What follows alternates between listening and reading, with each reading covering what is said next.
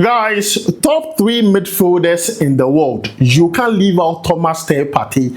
After seeing him play today for Villarreal against Rayo Vallecano, I tell you, Partey is a baller. And we are going to have a conversation about him.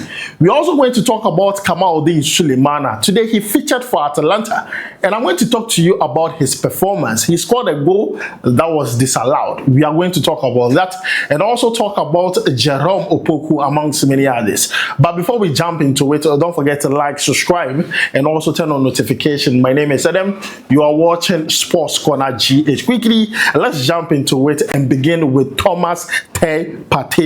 Partey is a professional. First of all, let me begin with that. Because what Partey is going through, I don't think any player would be in the right state of mind to play football the way he plays and still handle whatever he's going through. This is a player who has been charged with rape and sexual assault charges, and he's playing as if nothing happened. That is the mentality Partey carries as a professional. Today, he played for Villarreal against Rayo Vallecano. Villarreal won that game by 4-0, and Partey, oh my, he was that guy.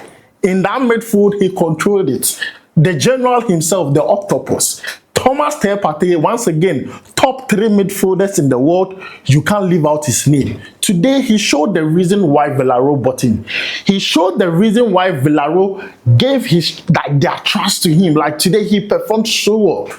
And I love the performance from Partey. If I'm not going to lie, the whole season, this has been his best performance for Villarreal. He was everything and more Villarreal wanted. And for Villarreal themselves, this season, they have not lost a game at home in the La Liga. Crazy statistics. So now let me take you through that, because Villarreal looks like they are doing something great this season, because what they are doing needs to be talked about. They have played about 5 to 6 games at home this season. They have scored 16 goals, conceded 3 goals, and have kept 4 clean sheets.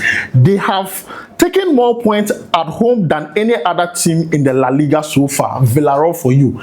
And that is the Partey effect.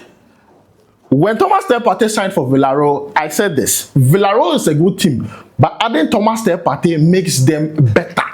And that is what I saw today. That is the game Partey, or the performance Partey gave to Villarreal today against Rayo Vallecano. It was superb. It was nice. It was fantastic. And if I don't talk about Partey, I won't be happy, because he's a man that is going through a lot. But to be able to come on the field with a very resolute mentality and also play the way he played for Villarreal is an excellent one. And I'm learning a lot from Partey. Once again, he's a champion.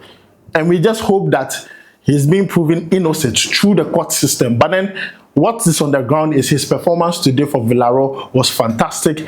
And also at the end of the day, Villarreal walked away with all 3 points by scoring 4 goals against Rayo Vallecano. Now let's move away from Partey and talk about Atalanta versus Udinese, or Udinese versus Atalanta.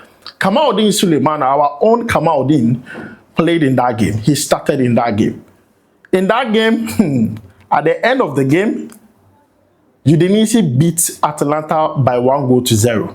I don't know what Atalanta wants to collect in this world.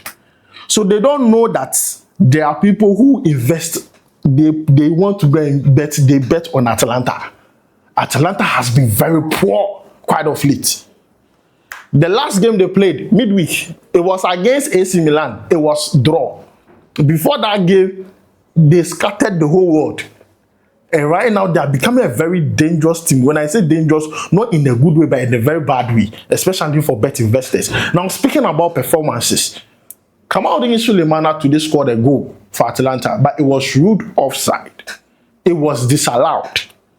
Now, that goal being disallowed, I was expecting that would ginger him to, do more things. I'm not saying he did not do anything in the game.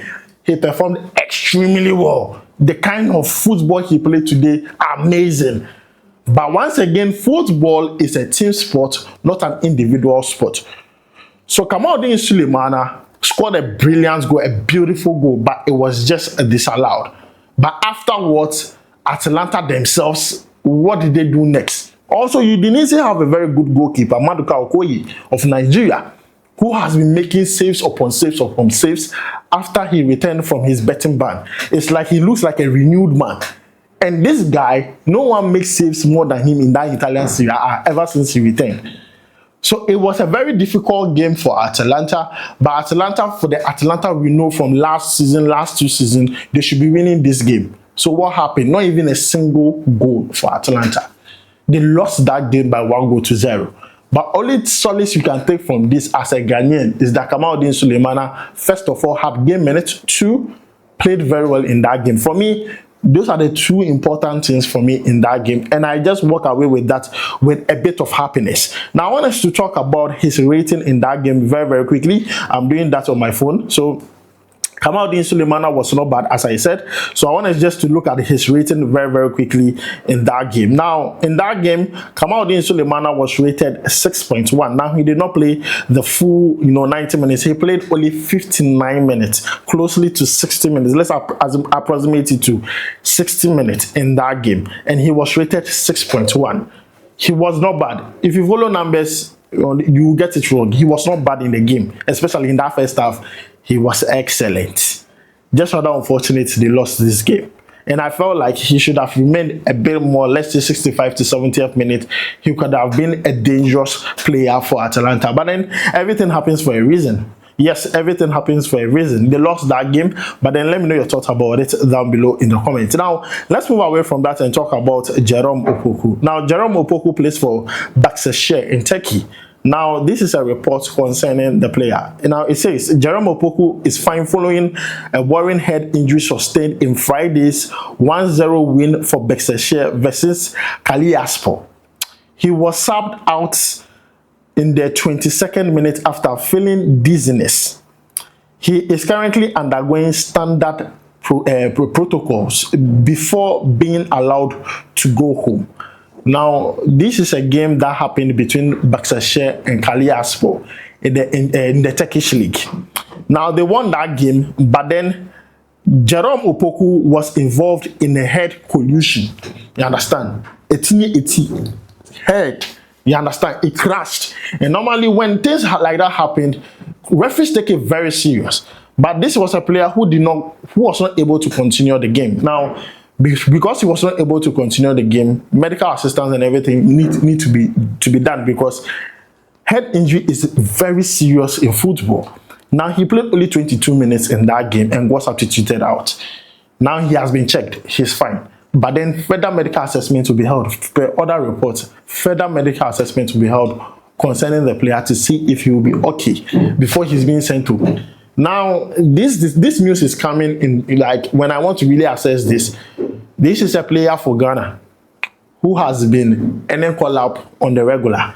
We all know Ghana in the month of November have some friendlies to play. We want to test our strength against countries that have qualified to the World Cup: Japan, South Korea.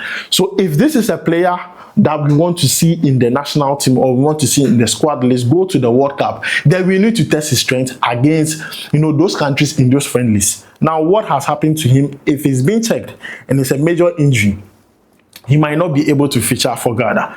But if it's God's will and everything is okay, then he will be treated and he will be back on the pitch in no time. But then, guys, this is the update concerning Jerome Opoku. We just hope he's fine. Like, he's a very tall, lanky player, and I know in Ghana, he actually helps us, especially in aerial duels.